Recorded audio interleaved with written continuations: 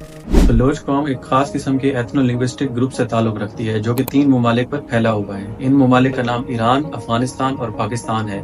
कुल रकबा जो इस कौम के अंडर आता है वो है 3,75,000 स्क्वायर मील। 3,75,000 स्क्वायर मील रकबा पूरे मिस्र के रकबे के बराबर है। बलोची कौम एक डिवाइडेड सोसाइटी की जिंदा मिसाल है। इस फ्रेगमेंटेशन और इस डिवाइड की वजह से इस कौम ने कभी इकट्ठे होकर अपने हकूक के लिए या अपनी कोई डिमांड्स के लिए काम नहीं कर पाए और उसमें कामयाब नहीं हो पाए। 18th सेंचुरी के मिड में नासिर खान नामी एक बलोच कबाइल ने, एक बलोच लीडर ने इस बलोच कौम को इकट्ठा किया और 25,000 लोगों के एक लश्कर बनाया।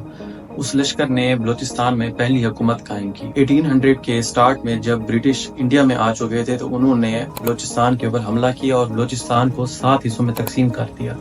इन 7 हिस्सों में तकसीम करने का उनको फ़ायदा ये था कि वो इसको ईजिली नेविगेट कर सकते थे और इजीली इसके ऊपर अपना कंट्रोल जमा सकते थे। सोवियत यूनियन को काउंटर करने के लिए उन्होंने बलोचिस्तान में मुख्तलिफ डेवलपमेंट वर्क्स कैरी आउट किए, जिनमें रेलवे ब्रिजेस थी, रोड्स थे और मुख्तलिफ इंफ्रास्ट्रक्चर के प्रोजेक्ट्स कैरी आउट किए।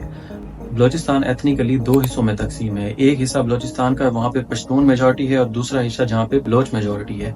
तो जो ब्रिटिश थे उन्होंने ज्यादातर डेवलपमेंटल वर्क्स पश्तून हिस्से में कैरी ऑन किए जब वो अब सोवियत एक्सपेंशन को रोकना चाह रहे थे। तो उस पश्तून हिस्से में ज्यादा डेवलपमेंट की वजह से जो पश्तून कौम है वो इकोनॉमिकली, फाइनेंशियली और तालीम के मैदान में भी उन्होंने प्रोग्रेस किया और बलोच लोगों से थोड़ा सा ज्यादा एक्सेल कर गए।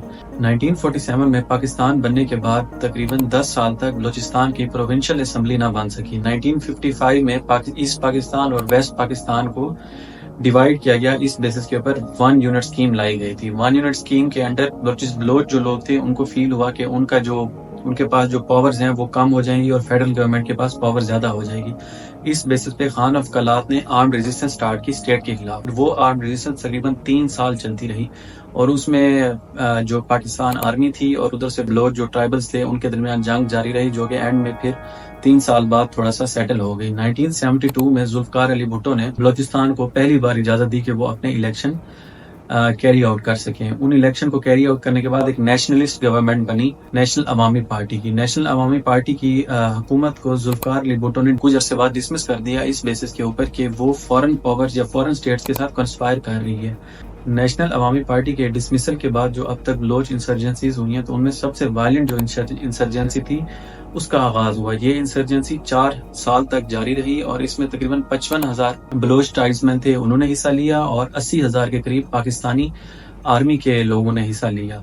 इसमें तकरीबन 5300 के करीब बलोच मिलिटेंट्स की डेथ हुई और 3300 के करीब पाकिस्तानी आर्मी के जो जवान थे वो शहीद हुए। 1977 के मिलिट्री coup के बाद जनरल जियाउल हक ने बलूचिस्तान के लोगों के साथ नेगोशिएट किया और उस नेगोशिएशन के रिजल्ट में 25 साल का एक पीस एग्रीमेंट हुआ जो कि 25 साल के करीब चलता रहा। बलूचिस्तान लिबरेशन आर्मी, जिसको आमतौर पर BLA कहा जाता है, ये बेसिकली अफगानिस्तान में बेस्ड है। पाकिस्तान का क्लेम है कि जनूबी अफगानिस्तान में इसकी सेफ हेवन्स और हाइड आउट्स हैं। BLA की पाकिस्तान के अगेंस्ट पहली रिकॉर्डेड एक्टिविटी सन 2000 में हुई जिसमें उसने series of bombings carry out की पाकिस्तान के मुख्तलिफ मकामात के ऊपर।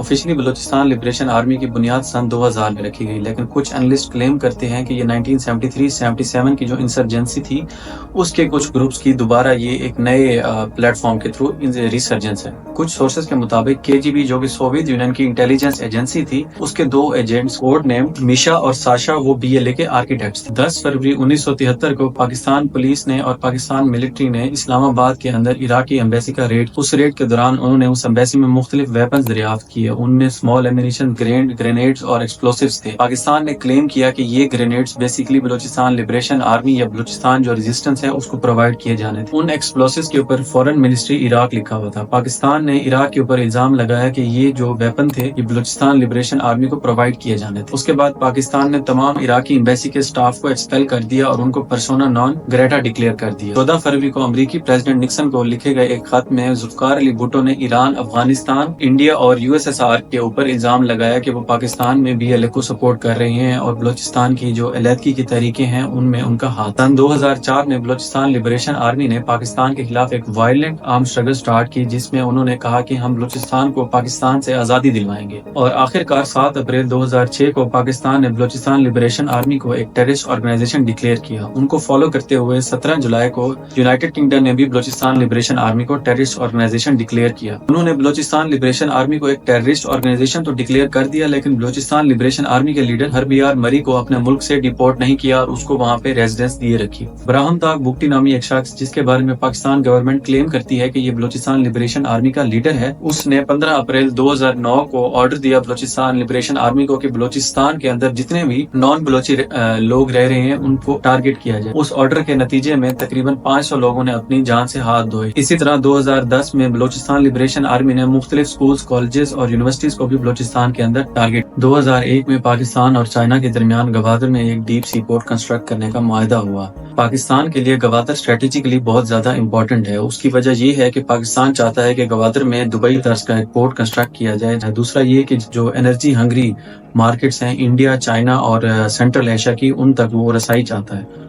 26 अप्रैल 2022 की बात है कि कराची यूनिवर्सिटी के बाहर एक वैन जिसमें 3 चाइनीज टीचर्स थे जो कि कराची यूनिवर्सिटी में चाइनीज लैंग्वेज पढ़ाते थे, सुसाइड एक्सप्लोजन में मारे गए। उस सुसाइड एक्सप्लोजन की जिम्मेदारी बलूचिस्तान लिबरेशन आर्मी ने कबूल की। वो सुसाइड बॉम्बर कोई मेल नहीं था बल्कि 30 साल एक फीमेल थी जिसका नाम था शेरी बलोच। जिस दिन से पाकिस्तान और चाइना के दरमियान गवादर का मुआहदा हुआ है और चाइना पाकिस्तान इकोनॉमिक कॉरिडोर के ऊपर काम शुरू हुआ है, तो बलूचिस्तान लिबरेशन आर्मी ने उसकी मुखालफत की है। 2019 में पर्ल कॉन्टिनेंटल होटल गवादर में एक हमला हुआ जिसमें मुतअद्दिद चाइनीज नेशनल मारे गए और उस हमले की जिम्मेदारी भी बलूचिस्तान लिबरेशन आर्मी ने कबूल की। डेविड राइट नवेल, जो कि ऑस्ट्रेलियन डिफेंस एनालिस्ट हैं, उनका कहना है कि पाकिस्तान में जो बलूचिस्तान लिबरेशन आर्मी जो भी एक्टिविटीज कैरी आउट करती है उसमें किसी हद तक इंडिया की भी फाइनेंसिंग शामिल है। इंडियन न्यूज़पेपर द हिंदू के मुताबिक मुख्तलिफ बलूचिस्तान लिबरेशन आर्मी के टेररिस्ट और कमांडर्स इंडिया के अंदर अपना इलाज करवाते रहे। वो ये इलाज फेक आइडेंटिटीज को यूज करके वहाँ उन्होंने 6 महीने स्टे किया और अपना इलाज कराया। एक कमांडर जो कि बलूचिस्तान लिबरेशन आर्मी के खुजदार डिवीजन का कमांडर था, उसने 2017 में तकरीबन इंडिया के अंदर 6 महीने अपना कयाम किया और वहाँ पे अपने किडनीज की कोई ट्रीटमेंट कराई। और इसी तरह आसिम बलोच नामी एक और कमांडर ने न्यू दिल्ली के हॉस्पिटल में अपना इलाज कराया। पाकिस्तान ये इंडिया को ब्लेम करता आया है कि वो बलूचिस्तान लिबरेशन आर्मी को अपनी एक प्रॉक्सी के तौर पर यूज करता है और वो बलूचिस्तान लिबरेशन आर्मी को कंदाहार और जलालाबाद के अपने कॉन्सुलेट से ऑपरेट करता है। पाकिस्तान का ये कहना है कि इंडिया बलूचिस्तान को फाइनेंशियल एड, आर्म्स और ट्रेनिंग देता है। बलोच सेपरेटिस्ट हरबियार मरी ने पाकिस्तान के इन तमाम इल्जामात की तरदीद की है। अफगानिस्तान ने भी हमेशा बलूचिस्तान लिबरेशन आर्मी को सपोर्ट किया है और उन्होंने इस चीज को एक्नॉलेज भी किया है। अफगानिस्तान पुलिस के चीफ अब्दुल राजिक अचकजई ने बलोच एक्टिविस्ट असलम बलोच को कई साल तक कंदहार में अपने घर में पनाह दी। टोलो न्यूज, जो कि एक अफगानिस्तान का न्यूज चैनल है, उसने क्लेम किया है कि असलम बलोच 2005 से अफगानिस्तान में रह रहे थे। बलूचिस्तान लिबरेशन आर्मी की स्ट्रेंथ और रेजिलियंस का आप इस चीज से अंदाजा लगाएं कि 2006 में प्रेसिडेंट मुशर्रफ कोलू के अंदर एक पैरामिलिट्री कैंप का विजिट करने गए तो वहां पे बलूचिस्तान लिबरेशन आर्मी के मल्टीपल फाइटर्स ने रॉकेट से हमला किया। उस हमले में परवेज मुशर्रफ तो सेफ रहे, लेकिन वो एक स्टेट की सिक्योरिटी और उस सारी चीजों पे एक सवालिया निशान। बलूचिस्तान लिबरेशन आर्मी ने अपने जायज और नाजायज मुतालबात को मनवाने के लिए एक सिविलियंस को भी टारगेट किया है। कुछ अर्सा पहले उन्होंने एक हाईवे को रोक के 23 लोगों को बस से उतारा और उनकी शनाख्ती कार्ड चेक किए और उनको शहीद कर दिया। और इसी तरह उसी दिन उन्होंने कोऑर्डिनेटेड अटैक्स किए और मल्टीपल जगहों पे उन्होंने रोड बंद किए और सिविलियन और मिलिट्री इंफ्रास्ट्रक्चर को अटैक किया। ये अटैक उन्होंने नवाब अकबर खान बुगटी की बरसी के दिन। सबसे रिसेंट जो हमला 6 अक्टूबर को जिन्ना इंटरनेशनल एयरपोर्ट के बाहर हुआ, उसकी रिस्पॉन्सिबिलिटी बलूचिस्तान लिबरेशन आर्मी ने कबूल की। देखना ये है कि बलूचिस्तान लिबरेशन आर्मी काफी हद तक पाकिस्तानी और चाइनीज जो इंटरेस्ट हैं उनको मुतासर कर रही है इस पूरे रीजन में। चाइना काफी बार पाकिस्तान को इस चीज का कह चुका है कि आप बलूचिस्तान लिबरेशन आर्मी के खिलाफ कोई डिसाइसिव एक्शन लें। पाकिस्तान को बलूचिस्तान लिबरेशन आर्मी के खिलाफ डिसाइसिव एक्शन लेना चाहिए, नहीं तो जो चाइना पाकिस्तान इकोनॉमिक कॉरिडोर है वो और ज्यादा स्लो हो जाएगा और हो सकता है पाकिस्तान की जो स्ट्रेटेजिक इंटरेस्ट हैं वो सब सैबोटाज हो जाए इस चीज। अगर आजकल के दौर को और प्रेजेंट की बात की जाए तो इस टाइम बलूचिस्तान की जो इंसर्जेंसी है उसमें सबसे बड़ा किरदार चाइना पाकिस्तान इकोनॉमिक कॉरिडोर का है। बलूचिस्तान लिबरेशन आर्मी की जो सबसे बड़ी डिमांड है वो ये है कि उनको बलूचिस्तान की अलहदगी चाहिए पाकिस्तान से, क्योंकि पाकिस्तान के पास 6.5 लाख 7 लाख की एक वेल ऑर्गेनाइज्ड, वेल ट्रेंड और हाईली प्रोफेशनल इक्विप्ड आर्मी है। तो इस आर्मी के होते हुए तो उनकी ये डिमांड कभी भी पूरी नहीं हो सकती।